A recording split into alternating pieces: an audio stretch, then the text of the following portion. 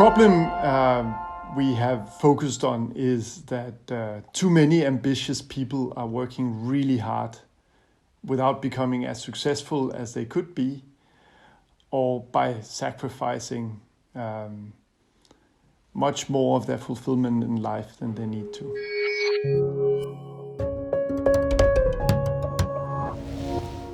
The core concept is ambition, and the book defines ambition as a powerful yearning and drive to attain a future state that is different than today and challenging to reach.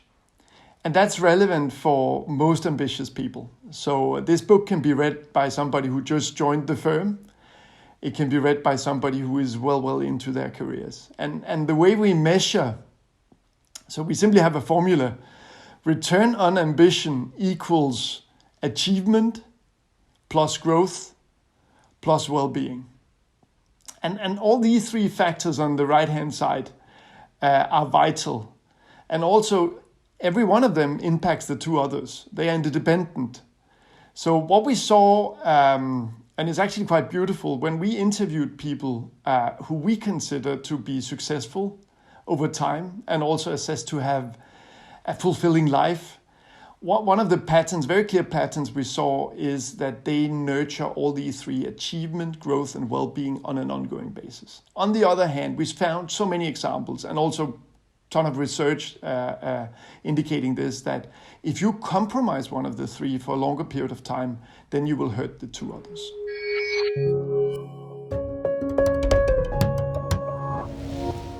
The 7 frenemies are really the virtues of ambitious people.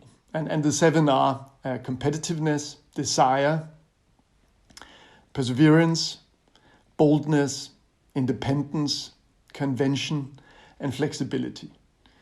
And what we have seen is that most ambitious people can recognize several of these in themselves. For me personally, as an example, I have a very close relationship with perseverance and competitiveness. And I mean, going all the way back to school and academia, I would never ever have been where I got to had it not been for these friends. But down the line, they also started dominating me quite a lot. And it's been very exhausting for me and also for my colleagues that I had this close relationship to them. And also I have sacrificed way too much when I see it in hindsight with my family and friends.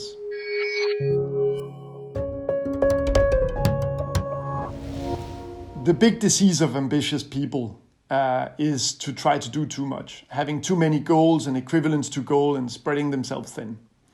So the book counters that by distinguishing between long-lasting principles, one, short-term improvement priority, and weekly intentions.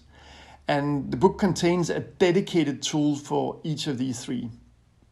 And it's not only about setting a target, but also to learn from that target and expand your future capacity, and very importantly, make it exciting, and also to pursue this target in a way where you take good care of yourself.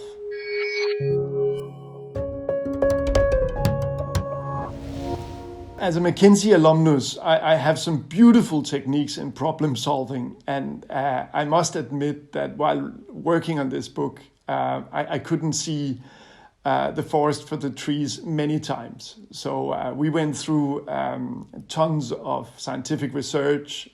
We did a big survey around the world. We interviewed a lot of people, also did very deep interviews with a collection of very ambitious people. And we ended up reconceptualizing the book twice. We threw out like hundreds of pages of draft manuscript. So the big surprise for me, I will say, is that it ended up being such a nice little elegant system with 1 return on ambition, equation, 7 frenemies, and 4 tools.